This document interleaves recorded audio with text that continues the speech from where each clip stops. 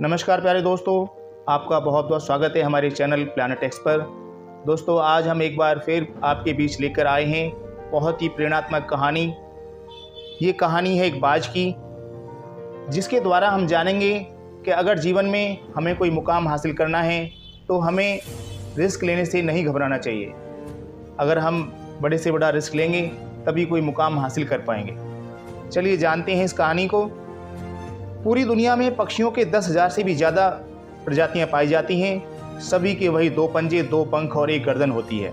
लेकिन इन्हीं में से एक ऐसा पक्षी है जिसकी एक अलग ही पहचान है, जो आसमान का सीना चीर के हजारों मीटर ऊपर 120 किलोमीटर प्रति घंटा की रफ्तार से उड़ता है, जो खुद को कई गुना अधिक वजन के शिकार को भी अपने पंजों पर दबोच कर उड़ा ले जाता है। इसीलिए उसे पक्षियों का राजा कहा जाता है, जिसे हम बाज के नाम से जानते हैं। और एक बाज इतना ऊंचा मुकाम हासिल करता है अपनी ट्रेनिंग और अपनी पुनर्जन्म की वजह से। अगर आप भी इस दुनिया में एक मुकाम हासिल करना चाहते हैं तो एक बाज को बाज बनने का पूरा सफ़र आपको जानना बहुत ज़रूरी है, क्योंकि 25 से 30 की उम्र तक आने के बाद भी लोगों को रिस्क लेने में डर लगता है। लेकिन एक बाज की जीवन की शुरुआत ही रिस्क से होती है।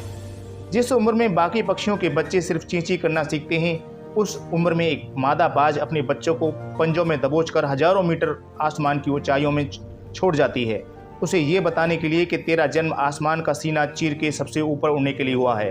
तेरा जन्म पक्षियों का बादशाह बनने के लिए हुआ है।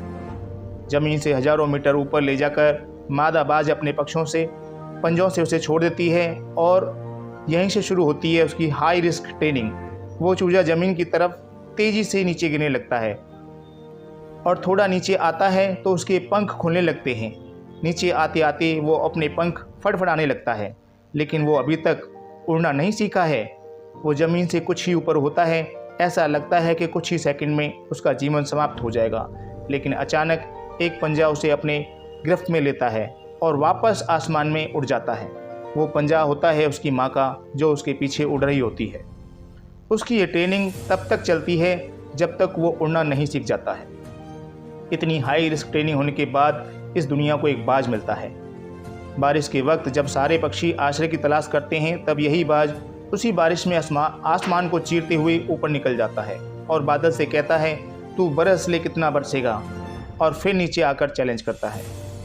एक बाज की उम्र लगभग 70 साल की होती है। जब वह 40 साल का होता है तब एक परेशानी उसकी ज़िंदगी में मौत बनकर आती है, जो आपकी परेशानियों की तुलना में बहुत बड़ी होती है, क्योंकि 40 साल की उम्र में बाज की चोंच इतनी मुड़ जाती है कि उसे शिकार निगलने में बहुत परेशानी होती है। उसके पंख भारी हो जाते हैं और छाती से चिपकने लगते हैं, जिससे उसका उड़ना बहुत ही मुश्किल हो जाता है। उसके पंजे लंबे और लचीले हो जाते हैं, जिससे वो शिकार को सही से नहीं पकड़ पाता। अब उस बाज के पास सिर्फ 3 रास्ते होते हैं। पहला, वो अपने शरीर को त्याग दे। दूसरा, गिद्ध की तरह छोड़े हुए भोजन पर निर्भर हो जाए। और तीसरा, सबसे कठिन और पीड़ादायक रास्ता, अपने आप को पुनः स्थापित करने का, फिर से आसमान का सीना चीरकर उड़ने का।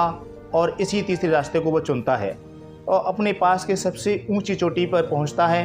वहां पर अपना घोंसला बनाता है और फिर शुरू होता है परेशानियों को जड़ से उखाड़कर आसमान में उड़ने का सफ़र। वह अपनी चोंच को एक चट्टान पर मार मार कर तोड़ देता है और लहूलुहान हो जाता है और इंतजार करता है नई चोंच के आने का। इसके बाद अपनी नई चोंच से अपने पंजों को काट देता है और फिर इंतजार करता है नए पंजों के उगाने का। और उसके बाद वह अपने एक एक पंख को अपने शरीर से अलग करता है और फिर इंतजार करता है नए पंख उगाने का। और इस प्रक्रिया में उसे समय लगता है पूरे 5 से 6 महीने का। इन 5 महीनों की कड़ी तपस्या से एक बाज का पुनः जन्म होता है और वो फिर से तैयार हो जाता है आसमान का सीना चीर कर उड़ने के लिए। जो 3 रास्ते बाज के पास थे, वही 3 रास्ते आपके पास होते हैं। लेकिन कुछ लोग पहले रास्ते को चुनते हैं और परेशानियों के तले दबकर सुसाइड कर लेते हैं। ज़्यादातर लोग दूसरे रास्ते को चुनते हैं।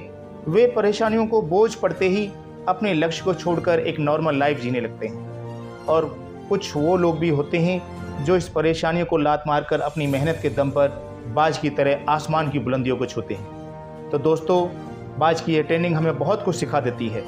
अगर रिस्क लेना पड़े तो लो, अपने फील्ड में अपने आप को इतना ट्रेंड कर लो कि उस फील्ड में आपसे ऊपर उड़ने के बारे में कोई सोच ले तो उसके पसीने छूट जाएं। तभी आप अपने फील्ड के बादशाह कहलाओगे। तो दोस्तों, कैसी लगी आपको हमारी ये कहानी? हमें कमेंट कर ज़रूर बताएं। अगर आपको ये कहानी पसंद आई है तो अपने दोस्तों और मित्रों को शेयर करें। साथ ही हमारे चैनल को सब्सक्राइब करना ना भूलें। आपका बहुत बहुत धन्यवाद।